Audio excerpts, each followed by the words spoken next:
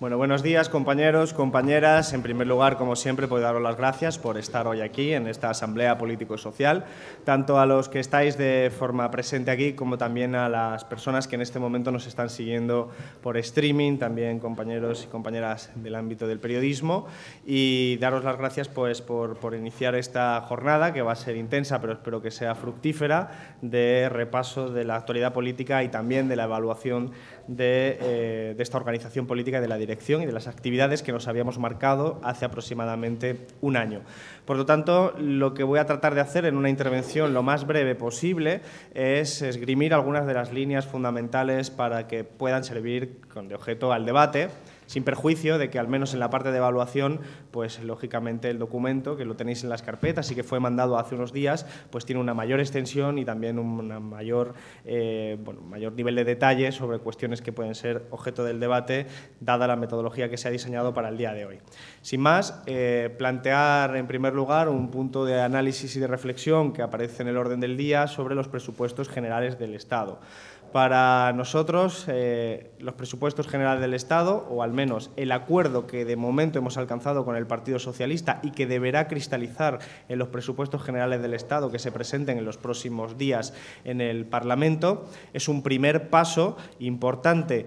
para revertir los recortes y comenzar a revertir los recortes que se iniciaron en el año 2010 en nuestro país. Y, sin embargo, siguen siendo todavía claramente insuficientes de cara a los postulados que nosotros creemos que son necesarios que se vayan poniendo en marcha para revertir de forma total este proceso de recortes. No podemos olvidar de que en el año 2010 se comenzó una nueva trayectoria, una trayectoria distinta de recortes sociales, de derechos económicos, de derechos civiles, con el gobierno de Zapatero, del Partido Socialista, a instancias también de la Unión Europea, que habían considerado adecuado recortar en los servicios públicos como forma de salir de la crisis, lo que puso de relieve la naturaleza de estafa que tenía la propia crisis económica, dado que la deuda privada de las grandes empresas se fue convirtiendo en deuda pública, es decir, deuda de todos nosotros y de nosotras, al mismo tiempo que veíamos cómo se empobrecía la mayoría de las familias trabajadoras y cómo la mayor parte del coste de la crisis lo pagaban las familias trabajadoras de nuestro país. En última instancia, ha quedado en el imaginario de nuestro país claro que ha sido una crisis estafa, ha sido una crisis que ha socializado las pérdidas y ha privatizado las ganancias y que tuvo un artefacto institucional muy claro, que fueron los recortes iniciados en el gobierno de Zapatero en el año 2010, pero que prosiguieron con los diferentes gobiernos de Mariano Rajoy desde el 2011. En ese contexto, el acuerdo que hemos alcanzado el Grupo Confederal de Unidos Podemos, que forma parte de Izquierda Unida y forma parte de otros partidos aliados, con el Gobierno del Partido Socialista, es un primer paso necesario, pero insuficiente, para empezar a revertir esos recortes. Y nosotros creemos que así es como hay que verlo. Se incluyen medidas sociales que ya apuntan y expresan ese cambio de tendencia. Por ejemplo, una de las más comentadas, la subida del salario mínimo, en una subida histórica en el tiempo de la democracia en nuestro país, expresan ese cambio de lógica de quién debe pagar la crisis y cómo deben distribuirse pues, la riqueza de un país y los beneficios económicos. En cualquier caso, como decíamos, estamos ante un elemento que, siendo un primer paso, sigue significando un elemento insuficiente desde nuestro punto de vista. Hay mucho que hacer. Y hay mucho que hacer y lo pone de relieve, por ejemplo, la última noticia sobre la rectificación que ha hecho el Tribunal Supremo respecto a una sentencia que se había establecido apenas un día antes,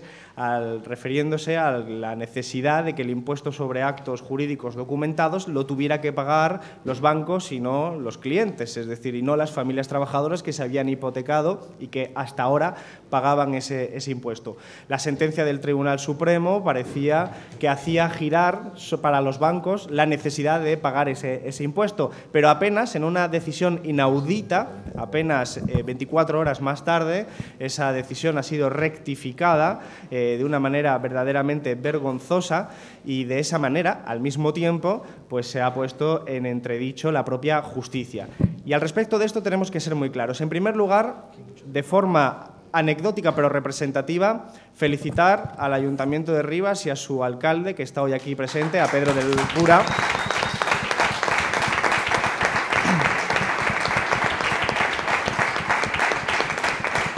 a Pedro del Cura, alcalde de Rivas, porque ha sido este ayuntamiento gobernado por Izquierda Unida el que ha dado pie a que esta sentencia fuera posible, el que ha dado pie a que finalmente, aunque en una primera instancia el Tribunal Supremo pues diera razón a lo que nosotros creemos que es de justicia, que sean los bancos los que paguen ese impuesto. Pero después lo que hemos asistido es enormemente vergonzoso. Hemos visto claramente cómo los bancos han conseguido torcer la justicia, que ha dejado de esa forma de ser justa de una forma evidente. Y en este sentido, nosotros creemos que, siendo los bancos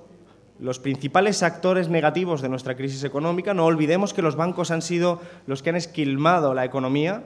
los que han expropiado a las familias a través de las comisiones, los que han empobrecido a la economía familiar y a las economías públicas a través de los rescates. Los bancos que han sido responsables de la propia irrupción de la crisis económica, son estos bancos unos actores con capacidad de intervenir en las instituciones públicas que deberían ser independientes. Eso es lo que se ha puesto de relieve. Y nosotros creemos que ante un hecho de esta enorme gravedad, no cabe ninguna duda de que el Gobierno de España debería actuar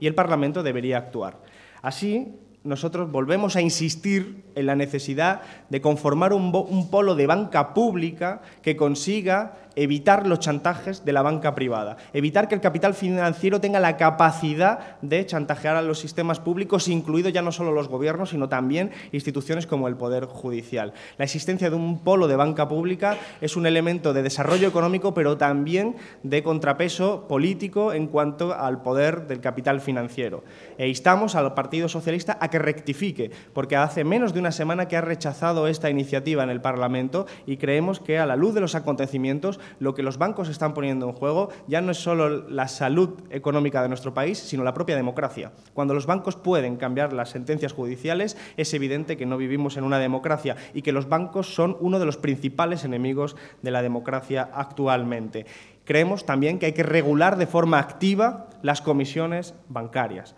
Regular de forma activa un mecanismo por el cual los bancos expropian las finanzas personales de las familias trabajadoras en nuestro país, y de la misma forma creemos que hay que llamar al presidente del Consejo General del Poder Judicial, al Congreso, a que comparezca para explicar la capacidad de negociación que han tenido los bancos en una situación como esta, que es, insisto, de enorme escándalo. Lo que refleja lo que decía anteriormente, queda mucho por hacer. Por eso, como queda mucho por hacer, a pesar de que estamos dando primeros pasos importantes, como el acuerdo señalado con el Gobierno de España, vamos a ser vigilantes. Vamos a ser vigilantes también con que se apruebe lo que se ha acordado en ese documento. Ese documento incorpora, como decía, medidas muy relevantes, relacionadas con el ámbito laboral, relacionadas con el ámbito social, con el ámbito democrático, con la memoria histórica, pero que deben ponerse en marcha, que deben cristalizarse en leyes concretas, que deben ser aprobadas en última instancia. No pueden quedar en papel mojado. Por eso vamos a estar vigilantes desde ya para que el Partido Socialista contribuya a que se pongan en marcha de la forma más rápida posible. Y comenzamos este mismo martes. Este mismo martes se debatirá en el Congreso una proposición de ley de nuestro grupo parlamentario, a instancias de Izquierda Unida, sobre la libertad de expresión, en la que se incluye la derogación de los artículos de injuria a la corona en el Código Penal, elemento que aparece en el acuerdo con el Partido Socialista y que vamos a tener el próximo martes la posibilidad de ver si efectivamente el Partido Socialista va a cumplir o no con parte de lo acordado. Y entendemos además que ese artículo en concreto refleja también un espíritu y una actitud que el Partido Socialista debería corregir. En nuestro juicio, en una democracia no tiene sentido que los críticos con la monarquía acaben pagando multas, yendo a juicios o incluso entrando en la cárcel por criticar a la monarquía y a la jefatura del Estado. Por eso,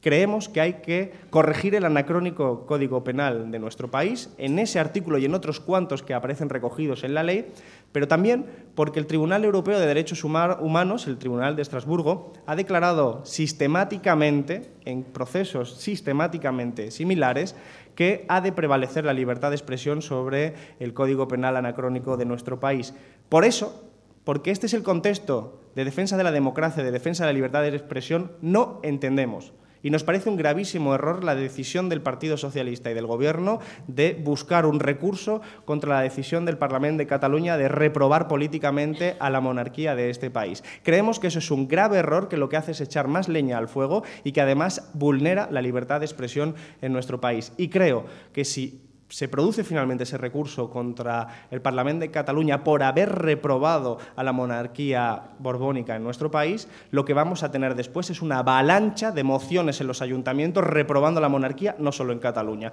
Yo creo que es muy importante que esto quede claro, porque lo que se defiende es la libertad de expresión. Adicionalmente,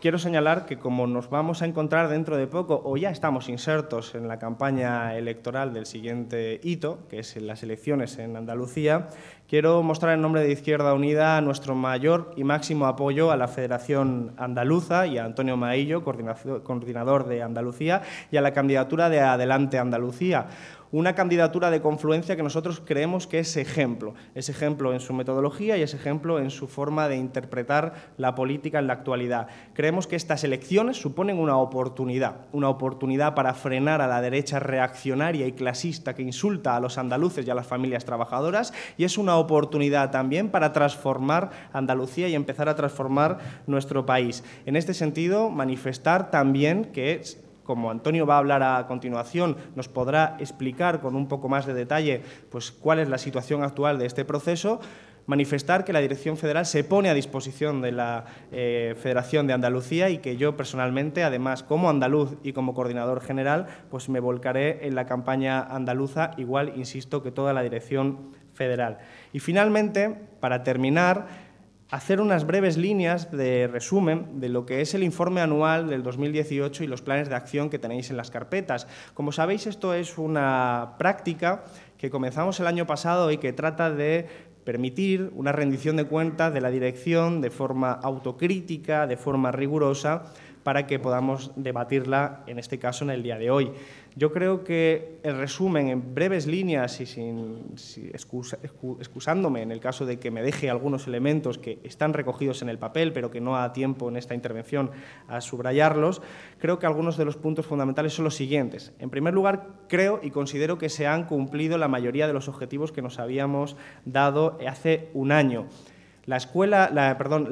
encuesta de afiliación que se va a presentar en unas semanas en Córdoba, en la Escuela de Invierno de Izquierda Unida, muestra unos datos de confianza en la Dirección Federal y de confianza en la orientación ideológica de Izquierda Unida que creo que abundan en esta línea, abundan en la línea de que fundamentalmente las cosas se están haciendo bien. Hay cosas que hay que corregir, hay cosas que hay que rectificar y para eso existe la rendición de cuentas, porque siempre hemos sido de los que piensan que muchas cabezas piensan mejor que unas pocas y por lo tanto el pensamiento colectivo y la democracia radical, así entendida, nos ayuda también a corregir aquello que no se ha hecho bien. Pero en general creo que hemos cumplido con algunas y la mayoría de las expectativas que nos marcamos hace un año. Y vamos hacia un escenario en un contexto muy particular, en un tablero de juego singular. Es un tablero de juego donde se pone de relieve que vamos hacia una situación económica de fragilidad, estamos insertos en una situación económica de enorme fragilidad como consecuencia de una guerra comercial iniciada entre Estados Unidos y China, que altera, lógicamente, las relaciones internacionales y las relaciones económicas,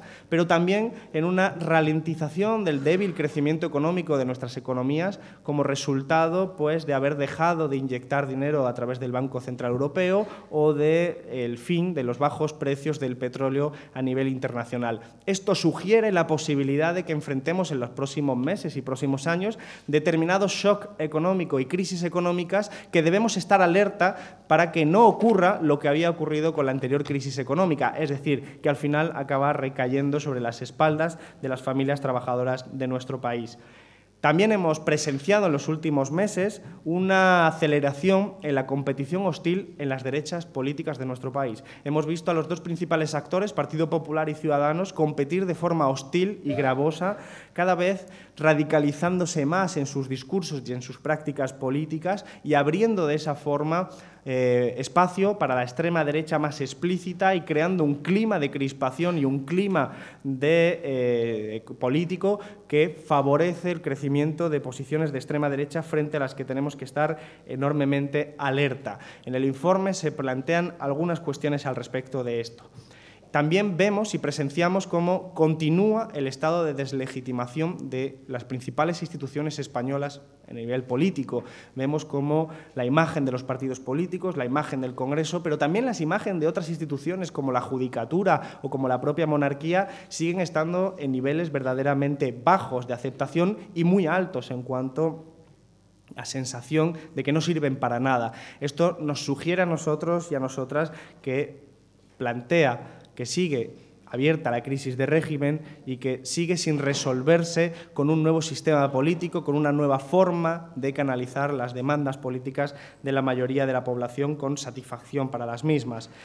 En este sentido, con este contexto, con este tablero de juego, creemos necesario seguir fortaleciendo el espacio político de la confluencia que desde los últimos 2 años ha venido menguando de forma progresiva a nivel electoral y que tenemos que ser capaces de fortalecer, como se ha puesto de relieve quizás en las últimas semanas y en los últimos meses, con una práctica política encaminada a resolver los problemas cotidianos de la ciudadanía y de las familias trabajadoras. Creemos que ahora que empieza un nuevo ciclo electoral, que comienza con las elecciones andaluzas, pero que prosigue con municipales, con autonómicas, con las europeas, que hipotéticamente nos enfrentaremos a otras elecciones catalanas también muy pronto y que finalmente tendrá a más tardar en el año 2020, en menos de 2 años, las elecciones generales, un verdadero ciclo de ebullición electoral, tenemos que ser capaces de expresar que nuestro espacio político, que es un espacio político plural en el que formamos parte de Izquierda Unida con otros aliados y aliadas, es capaz de construir una alternativa, es capaz de ser un muro de contención frente a la extrema derecha y es capaz de poner en marcha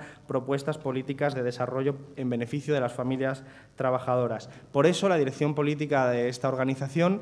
considera que hay algunos elementos que había que ajustar y hemos ajustado, reformando y reestructurando la dirección, como ya se hizo en órganos anteriores, y creemos que el plan de acción que planteamos para su discusión en el día de hoy es el adecuado también para conseguir que el ciclo electoral no nos agote las energías, sino que seamos capaces de dedicar una gran parte de las energías, las máximas posibles, a construir tejido social más allá de lo institucional, más allá de lo electoral. Son tareas ambiciosas para una organización humilde como la nuestra, pero creemos que con el apoyo de toda la organización y de una militancia que supera los 20.000 afiliados y muchos más todavía simpatizantes, podrá llevar a cabo en un contexto y en un ciclo electoral donde nos jugamos mucho, desde luego, como organización, pero sobre todo nos jugamos todavía mucho más como país. Nada más, muchísimas gracias.